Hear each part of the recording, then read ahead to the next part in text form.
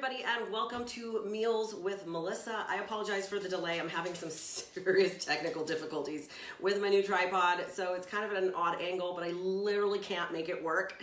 So we're just gonna have to deal with it for today. So today we are going to make gluten-free, and actually they're also going to be sugar-free pumpkin muffins.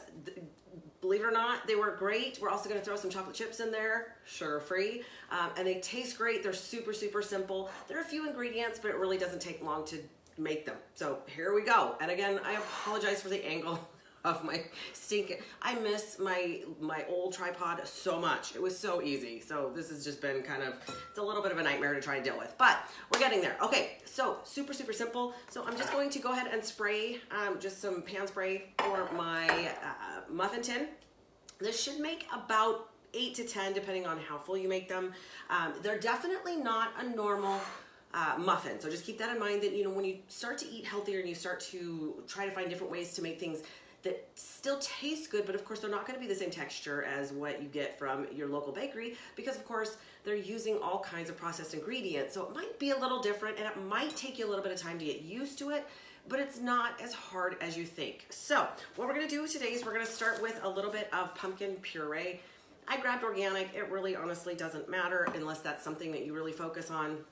There's some rules behind what constitutes organic, but just understand that organic just means that whenever the product was grown, they did not use synthetic pesticides. That's all that means. So I'm gonna grab, since I forgot to grab it real quick here, I'm going to grab my, oh, it's not even in there. Give me a second, I'm gonna have to find it here.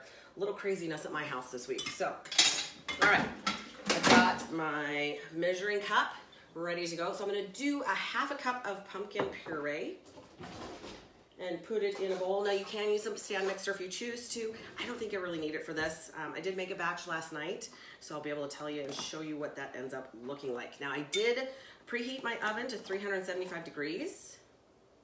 So it is heating up as we speak. A little bit more. And of course, 'tis the season, right? So, all right, so I'm gonna put that in my bowl.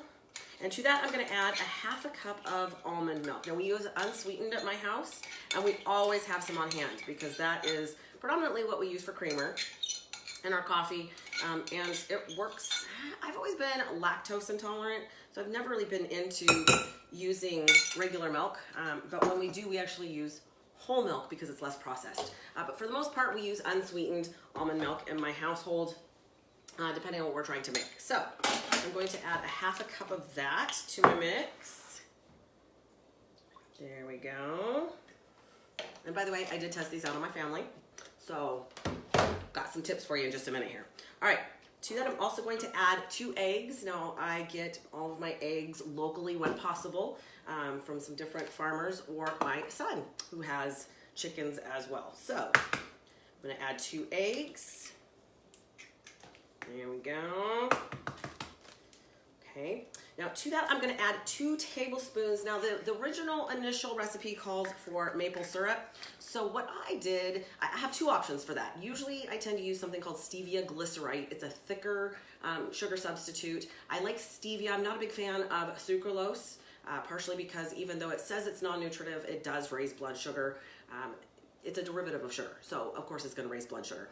I tend to use stevia, or of course a lot of you have started to use monk fruit, which works great. And I actually found monk fruit maple syrup. So yeah, I know a lot of people like to use maple syrup because it's natural, which obviously, yeah, that's better than processed sugar. I get it. However, your body treats it the same. So we try to go very, very low sugar here in my household. So I'm going to add to this 2 tablespoons, maybe even a smidge more, just because it's not quite the same as regular maple syrup. Also not a bad idea once you're done and they're done baking to poke holes in your muffin and maybe even add just a little bit of the syrup on top for some extra flavor. Okay, so I'm gonna mix this together. I also need a half teaspoon of vanilla extract. Ooh, and pumpkin pie spice. I love pumpkin pie spice. So, half a teaspoon of vanilla. Okay.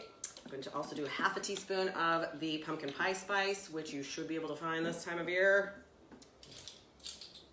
Got it right here, ready to go. and then a 1/4 teaspoon of salt. And then we're gonna mix that together. We do have a couple more ingredients to add. I'm gonna put a generous amount of the pumpkin pie spice because I love it. All right, so I'm gonna mix that together. Like I said, you can use a stand mixer if you choose, but I'm just going to use a wire whisk. Get it all nice and mixed together, get my eggs incorporated. I just don't want to clean the stand mixer. That's really the only reason I'm not using it. All right, so to this, I'm going to add oats. Now, it is carbohydrate, but it is one of the ones that I tend to use.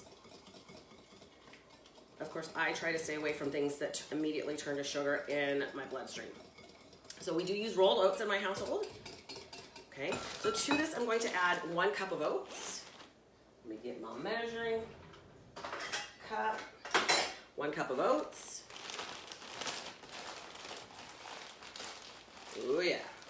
Like I said, I'll show you what these are going to turn out like. 1 cup of oats. I'm also going to add a 4th cup of Lily's sugar-free chocolate chips. Now, what I like about these is that they're made with stevia and not with sucralose or aspartame. So it just tends to be, and they taste really, really good. As a matter of fact, I have to sometimes behave myself because it's easy to overeat them. All right, so 4th cup of Lily's chocolate chips. I'm also going to add some baking powder, and that is going to be my leavening agent for this recipe. There we go. Okay, I'm going to add 1 teaspoon of baking powder. There we go.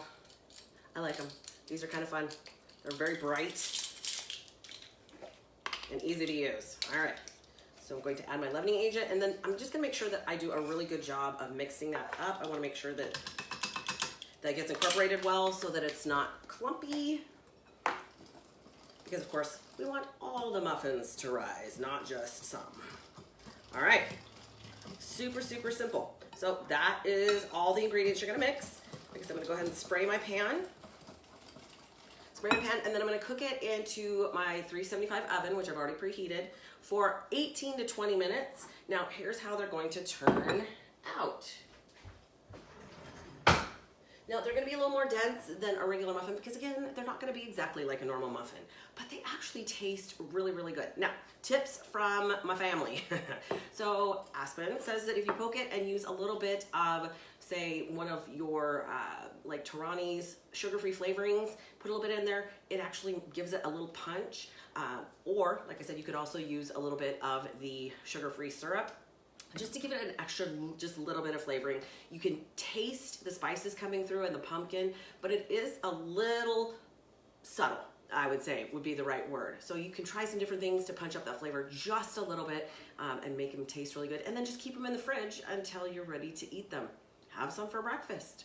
And that's all. That's all there is to it. So I'm gonna go ahead and put the recipe down below if you have any questions, or if you guys have a great recipe you'd love to see on here, let me know. I get my very best ideas from you. Have an incredible weekend and happy Thanksgiving, everybody. Have a great, great week.